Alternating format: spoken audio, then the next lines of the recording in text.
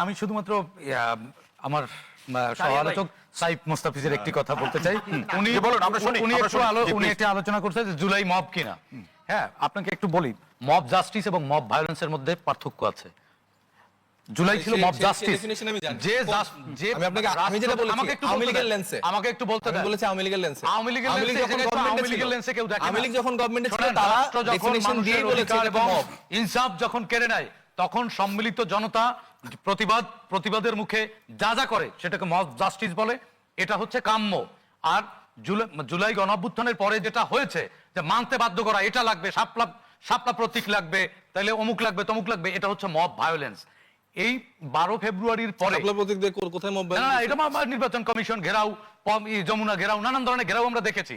ঠিক আছে, এটা হচ্ছে মব ভায়োলেন্স, মানে ভায়োলেন্স সৃষ্টি করে তার যাই হোক, এটা ফতোয়া না। শাপলাকলি নিয়ে আমরা আপনারা শাপলা না হলে নির্বাচন হতেই দেবেন না। এটা হচ্ছে মব ভায়োলেন্স।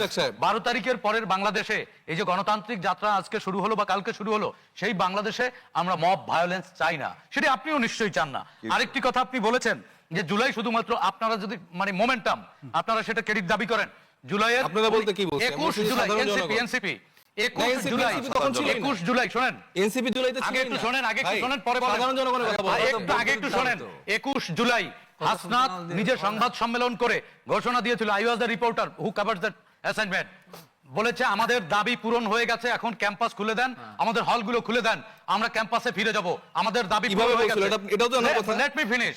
তারপরে কাদের সেই সময় থেকে বলছেন? লেট মি ফিনিশ ভাই, আপনি অনেক বেশি জানেন, ভুল তথ্য দেন। আমি অবশ্যই আপনাকে সেখানে আমি কম জানি, একটু বলতে দেন। জুলাইয়ের ইনফরমেশনগুলো নিয়ে আপনারা যদি ভুল তথ্য দেন ভাই, না না ভুল তথ্য না, এটাই সঠিক। না মোটা সঠিক ভাই, আপনি এটাকেও তো মব করছেন এখন। আপনি ভুল ইনফরমেশন দিবেন, কথা তুলেন না। এটাই তো মব। দিবি ইনফরমেশন দেন।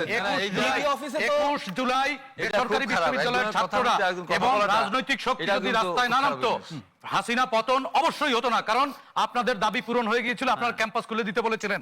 আর শাহরিয়ার ভাই আরেকটি কথা বলেছেন যে হবিগঞ্জের এক ছেলেকে এয়ারপোর্টে আটকে রেখে জিজ্ঞাসাবাদ করা হয়েছে।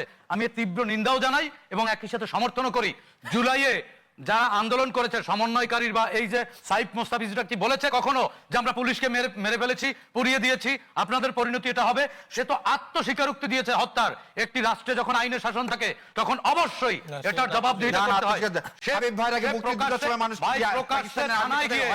প্রকাশ্যে থানায় গিয়ে একজন পুলিশ কর্মকর্তাকে পুড়িয়ে মেরে হুমকি দিয়েছে এবং সত্য সেই জায়গা থেকে জবাবদিহিতা চাইছে। এটি অবশ্যই এবং আমার কথা শুনেন, এরকম স্টেটমেন্ট তাহলে আপনি আজকে স্বীকার করে নেন জুলাইয়ে আপনারা পুলিশকে মেরেছেন, আপনি স্বীকার করবেন? কেন দিচ্ছেন রে ভাই? আরে না, মুক্তিযোদ্ধারা হলো পুলিশ মিথ্যা কথা চিল্লায়ে বললে কিন্তু সত্য হয় না। আবিব ভাই বলল, আমি তো বাংলাদেশের বলছেন যুদ্ধের ময়দানে। তাই আমার কথা শুনেন, ওই ছেলে থানায় গিয়ে বলেনি যে আমরা অমুক এসআই কে পুড়িয়ে মেরে ফেলেছি, বলেনি? না, কে মিথ্যা কথা বলছেন? মিথ্যা কথা বলছেন এলাকাবাসী কি? তখন তাকে অ্যারেস্ট করেছিল কেন? তখন তাকে আটক করছিল কেন বলেন? এটা দাবি করে তখন তাকে আটক করছিল কেন? তখন তো ইউনূস সরকার, ইন্টারিয়াম সরকার ছিল, তখন তাকে কেন আটক করেছিল? পরের দিন আপনারাই তো মব করে আবার তাকে ছাড়তে বাধ্য করেছেন। হ্যাঁ, সুতরাং আমার কথা শোনেন, আংশিক সত্য আংশিক মিথ্যা এটাকে কি বলে আমি জানি না, তবে এটাকে মনে হয় বাটপারি বলে। রাজনীতির মহত্ব করেন, রাজনীতির নামে আসলে